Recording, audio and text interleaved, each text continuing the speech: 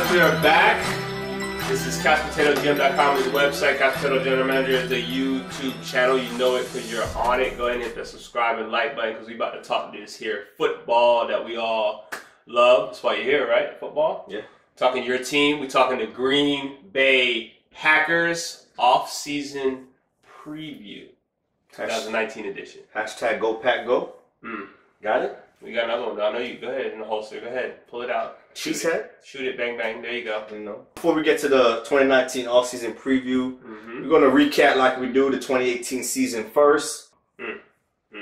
You let the Bears get Khalil Mack.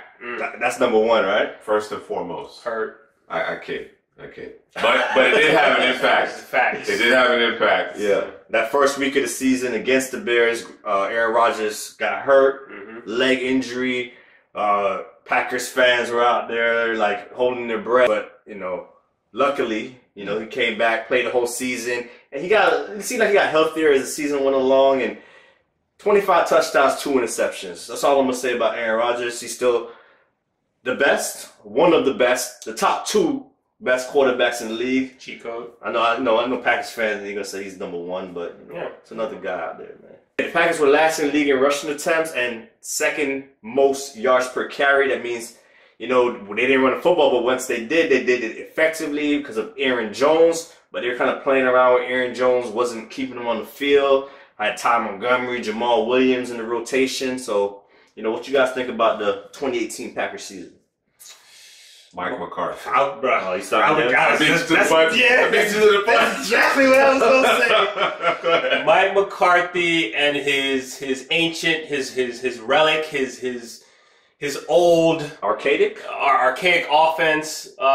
You know, there's no flash, there's no dash to it. I mean, the flash, the dash, the sprinkles was Aaron Rodgers doing his magic that he usually did. I know that Aaron Rodgers was upset that he ousted the quarterback's coach. They were just never the same after that. And you know, I mean, if your head coach who's running the offense and your quarterback who's a superstar in his own right, you know, if they're butting heads, you know, I mean, you come out with the record you come out with. I mean, you throw 25-2, but if that's any other quarterback, who knows what happens? And to be frank, I know Drew's gonna say it. He gonna say it. McCarthy was there for as long as he was because of the cheat code in Aaron Rodgers. Yeah. And I want to say one thing about the Packers defense. I know, like you said earlier, that you know they missed out, or you said it, somebody said it, missed out on the Khalil Mack. They you know there was a changing of the guard in terms of the new GM coming in, trying to make some moves, and he tried to go get him a Khalil Mack. Didn't work out. I liked it though. I like the effort. Yeah, more aggressive than the Packers usually Ted are. Thompson Absolutely. Yeah. And you know, we have a Packers video we did last year in terms of after the draft, and you know, our biggest thing was where's the pass rush coming from? Yep. You know, and again, that reared its ugly head. You know, they went out, they got corners for days, but the biggest problem is we can't get to the quarterback. And Clay Matthews is only one man, and he's been there for how long? Yeah, he can't be your best pass rusher, man. They thought they had something in Nick Perry. He's been inconsistent. Actually, their leading sack guy was Kyle Fackrell. He had double-digit sacks, but you can't expect that every single season.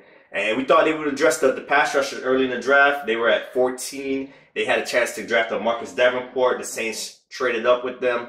You know, I liked the move at the time because I think we all did. Yeah, I don't think that was Alexander, but they they didn't address pass rushers early in the draft. That was their detriment, man. Getting after the quarterback. I'm not going to beat them up for how they approach the draft. This draft certainly offers more in terms of pass rushers. Oh yeah, you're on with 2 first-round picks now. Yeah. You know, Jair Alexander was our top corner, remains our top corner out of the 2018 class. We like what Josh Jackson brings to the table. Hopefully he takes a step forward because he struggled. You know, he's still learning the position. May end up at safety, to be perfectly frank. But certainly he's learning the position. You're right. The lack of a consistent pass rush did rear its ugly head. But I'm not going to knock the Packers in terms of how they approach the draft. No, we like their draft, man. So I just want to make that clear. Yeah, I was just saying that you know they didn't address pass rush. Brendan Muhammad Wilkerson, he gets hurt, so that doesn't necessarily help your pass defense in terms of being able to affect the passer. Kenny Clark is terrific. but he's an interior guy. You need something out the edge. Clay Matthews has to be put in more of a situational role at this point, and whether or not he continues his career with Green Bay, remains to be seen. So they have the perfect opportunity to really, get some guys who can affect the passer, particularly bending that edge in this draft. So they set themselves up well in that particular case. But I really do want to go back to Mike McCarthy. Listen, I'm not going to suggest that Mike McCarthy is the only individual culpable in that whole situation. But a coach's job is to put players, we say it all the time, it seems to be, this well-kept secret, even though it really isn't. Coach's job is to put his players in a position to be successful. You know what I mean? And as I've said over the years, and I've been calling for Mike McCarthy's job for a while, for several years, because of number 12, you've been able to overcome the shortcomings you have in terms of your offense, in terms of your personnel decisions on both sides of the ball. And most recently, you mentioned it in terms of the rushing numbers. You're struggling defensively. All right? You're struggling defensively, but you don't want to run the ball. Your quarterback is telling you, we need Aaron Jones on the field. We need him on the field. I need him on the field. And you're fighting that particular issue. You know what I mean? And of course they mentioned, well, he needs to improve his pass protection. But if the quarterback, the guy that you need protected, is saying, no, we need this guy on the field, perhaps Rodgers has in his mind, okay, I will be able to mitigate that. I have enough confidence in him. So why isn't he playing? So again, it goes back to not just his archaic offense, that it was written on hieroglyphs. You know what I'm saying? The symbols. You know what I'm saying? Written in hieroglyphs. It's the way you manage your personnel as well. And, of course, the Jordy Nelson situation. Jordy Nelson, the injuries and the age caught up with him a little bit, but of course, Rodgers had an issue with that. And to your point, Drew, it started to deteriorate. That relationship over the last few years has deteriorated. And when your head coach is the play caller, you got to have the synergy. You have to have the synergy between the head coach and the quarterback, and it wasn't there. So in my thought process, 100 times out of 100, if you ask me, am I going to keep Mike McCarthy, or Aaron Rodgers, Terry Bradshaw thinks they should keep Mike McCarthy, but I'm keeping number 12. I'm keeping number 12. We didn't really talk about the second level of their defense, and I thought that was a big issue in terms of injuries as well. A guy that we really liked was Oren Burks. Saw him at the Senior Bowl live, and he really flashes just as much as Darius Leonard did at the Senior Bowl. When he got hurt, that impacted them, the way that they approach things. Jake Ryan got hurt as well. You know what I mean? So this team, they got to stay healthy. They got to stay healthy. And when I go back to the whole coaching situation, I really want to know what the fans think of the hire of Matt LaFleur. They bring in Nathaniel Hackett, who I don't know what value he's bringing. As the floor's offense, and he's probably going to want control of that offense, man. So I don't know what the plan is, but I don't necessarily love the names. I don't love the names, and people are talking about, well, you got to be able to manage Aaron Rodgers' ego and this, that, and the other. And, I was watching something that was really interesting. And Josh McCown, veteran player, bit of a journeyman, he said that, all great players want to be coached. The thing about Aaron Rodgers is that he's demanding. He's demanding. And frankly, he's earned the right to be demanding of his coach. You know what I mean? So it'll be interesting to see whether Matt LaFleur and this collective they have with Nathaniel Hackett and their quarterbacks coach, whose name is escaping me right now, whether or not they're going to be able to take some of the limiters off of 12. There's some personnel concerns that they need to address on the defensive side of the ball. All right? Okay? They need to keep number 12 healthy. Offensively on the perimeter, you got Devontae Adams. We like what he's developed into. But beyond that, what's going on? Jimmy Graham is a shell of his former self. You're still trying to figure out what's going on at the other receiver positions. Randall Cobb, for all intents and purposes, are going to be out. So what do you guys think? We talked about the defensive side of the ball, but offensively, again, Aaron Rodgers has always lifted the level of play of the guys around him, but it's time to really give him all of everything that he needs in order to be successful. You're in the twilight of his career now, or you're approaching the twilight of his career now. So it's imperative that they load up and then let him be great. Got to make haste with that. And when you talk about a LaFleur offense, in my mind, I'm thinking, he's coming from the Tennessee Titans, where he was the offensive coordinator, and I think he was trying to run an offense that he didn't have all the pieces for over there. The receiver position, Okay. You mentioned Devontae Adams. Who's the other guys? Is it Allison? You know, has he arrived? Will he arrive? Because he got injured last year. I would like to throw in a free agent or two. Can I throw him out there? Can I throw out Adam Humphries?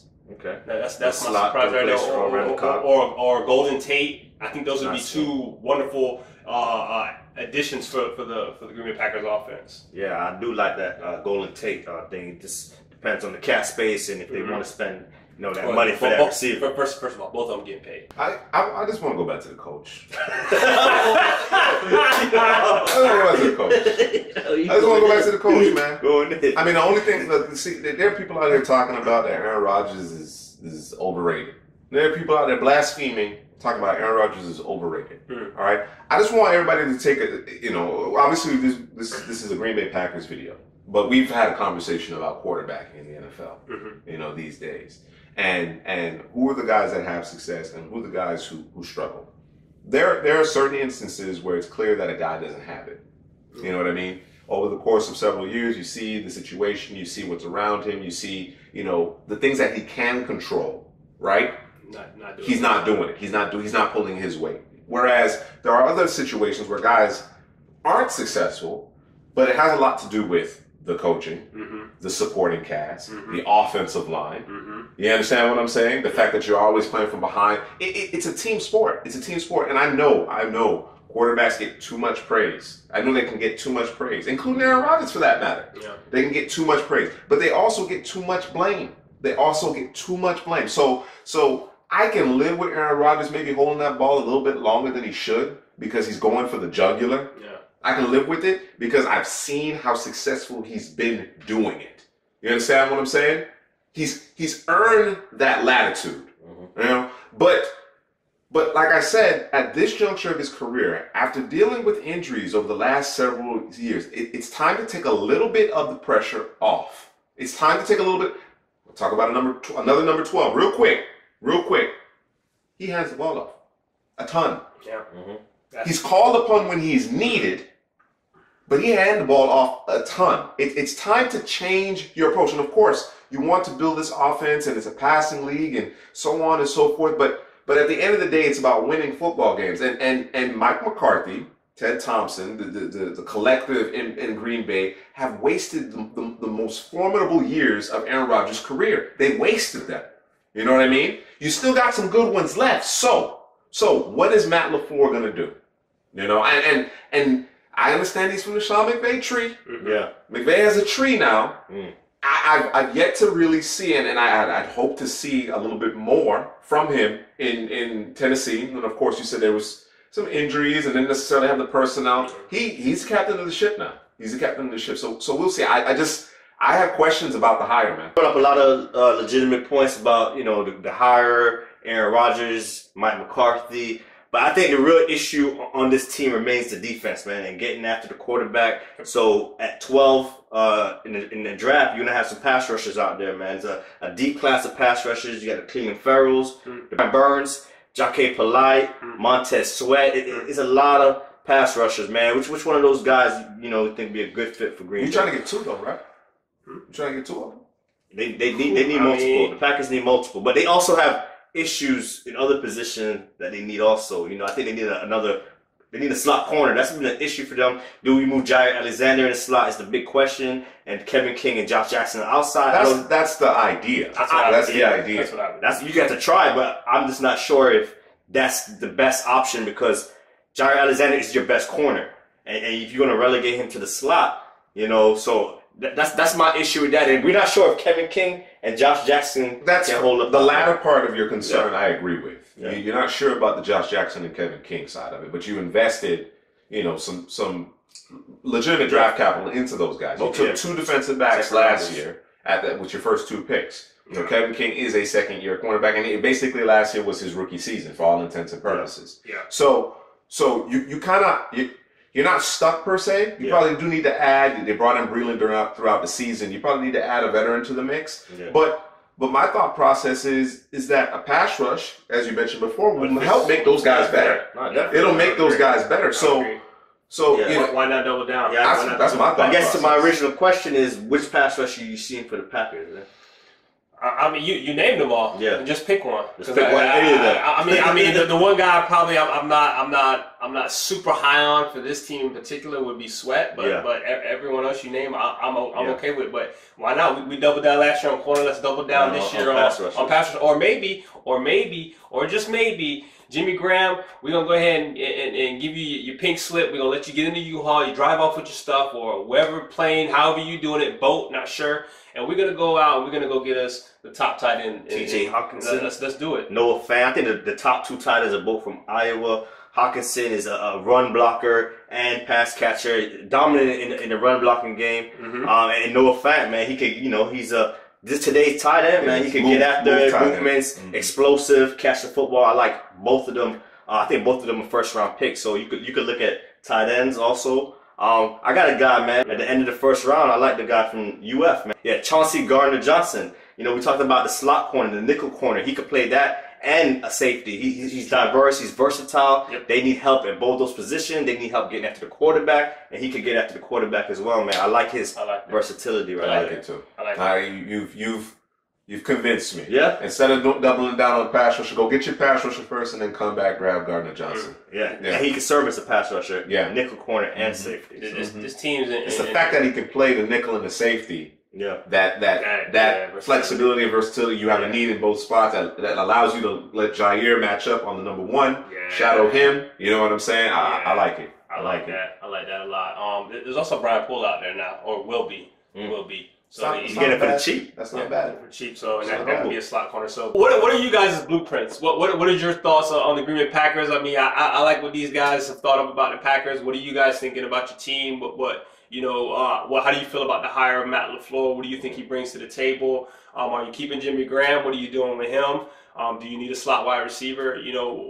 What do you think this team needs? Obviously, we all know it's pass rush, but what else do you think this team needs, or where would you go if you got the draft? Like, subscribe, comment. Pain is in the building.